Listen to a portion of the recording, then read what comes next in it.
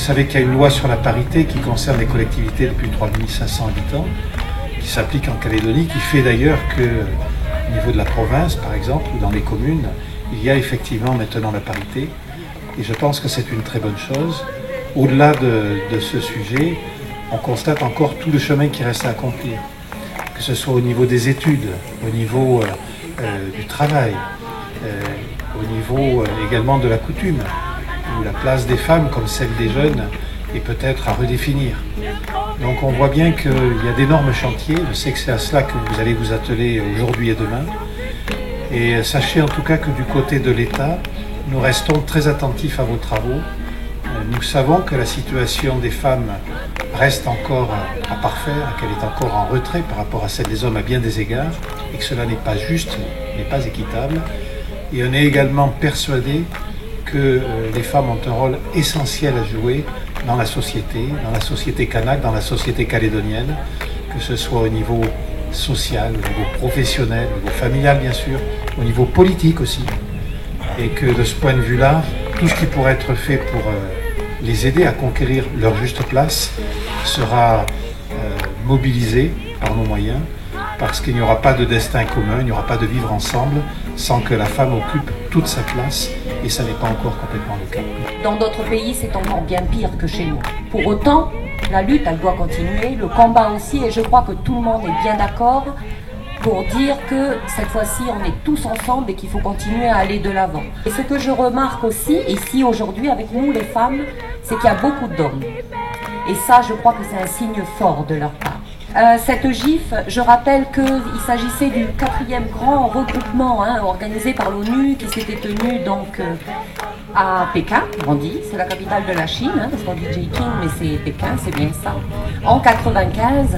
Mais le combat, c'est depuis 1905 qui a eu la prise, qui a eu connaissance de ça. Et ici, cette année, en 2016, il s'agit bien de l'autonomisation, c'est le thème qui a été retenu par l'ONU, qui est travaillé aujourd'hui partout à travers le monde, c'est l'autonomisation de la femme. Je suis consultant pour la mission de la femme. Donc, je travaille avec elle un peu sur les problématiques de la violence, les modes d'accompagnement de cette violence-là, et comment répondre, et quel dispositif inventer ou créer pour essayer de répondre à ces problèmes. Après, la question de la femme, c'est beaucoup plus c'est difficile, parce qu'on ne peut pas regarder l'évolution de la femme ici par rapport à une évolution de la femme au niveau national, au niveau de la France. Mais ici, si on peut parler de l'apparition de la femme, il faut qu'on distingue de quelle femme nous parlons. Si on parle des femmes calédoniennes dans son ensemble, on ne peut pas mettre le focus sur quand véritablement les choses se sont posées. Les premiers signes, en tout cas médiatiques, qui sera médiatisé, c'est le fameux Souriant village mélanésien. C'est là où les femmes vont prendre en main quelque part la responsabilité de la maison, comment valoriser ce qui se passe à la maison. C'est les premiers signes, les premières actions où les femmes vont s'impliquer, où le souci du bien-être à la maison, ces soucis-là vont être revendiqués comme des choses à résoudre. C'est toutes les femmes de l'époque, comme Mme Pidjo et tout ça, c'est eux qui vont initier. C'est là où on va commencer à voir les femmes kanak. Les autres femmes, c'est beaucoup plus compliqué. C'est beaucoup plus compliqué parce que elles subissent aussi, on ne peut pas dire qu'elles soient beaucoup plus libres que les femmes kanak, non, elles subissent aussi le poids de la société calédonienne. Mais elles vont, avec l'accès à la formation ou la facilité d'accéder à l'école, vont faire que ce ne sera pas perceptible.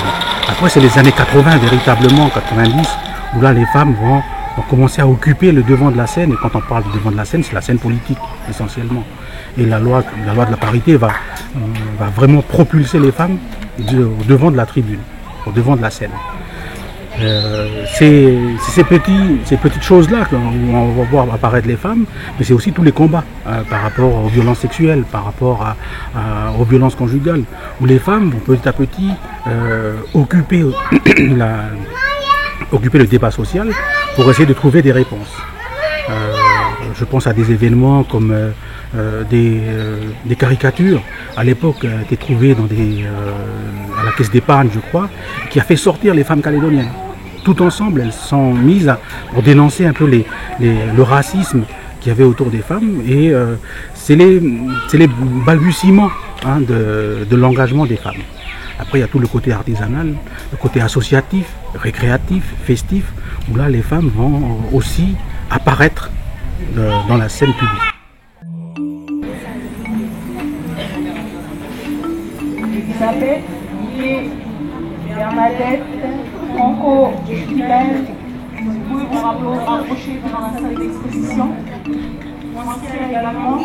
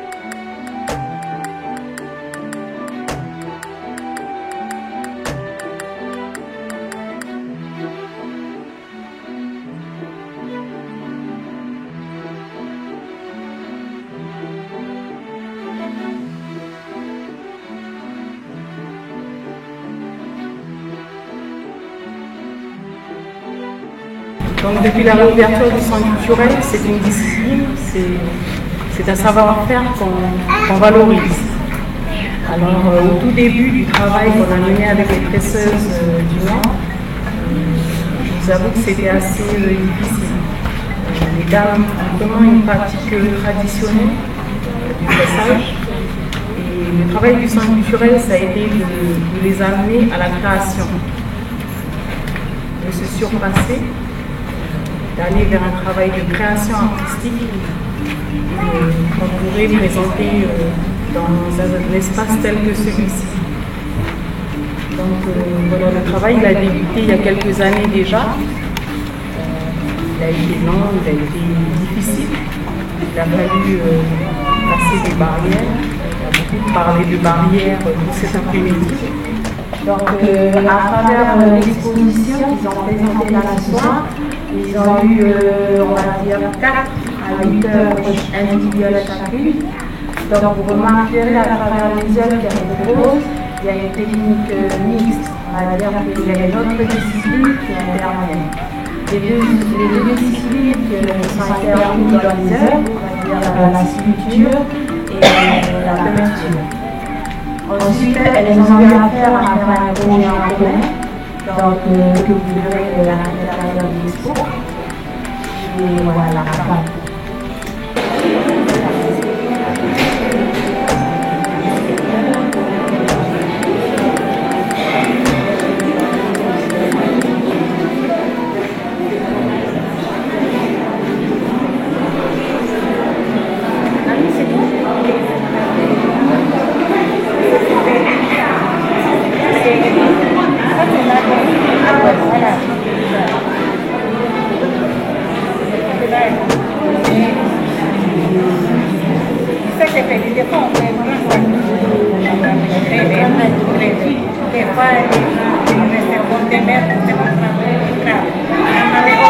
Después,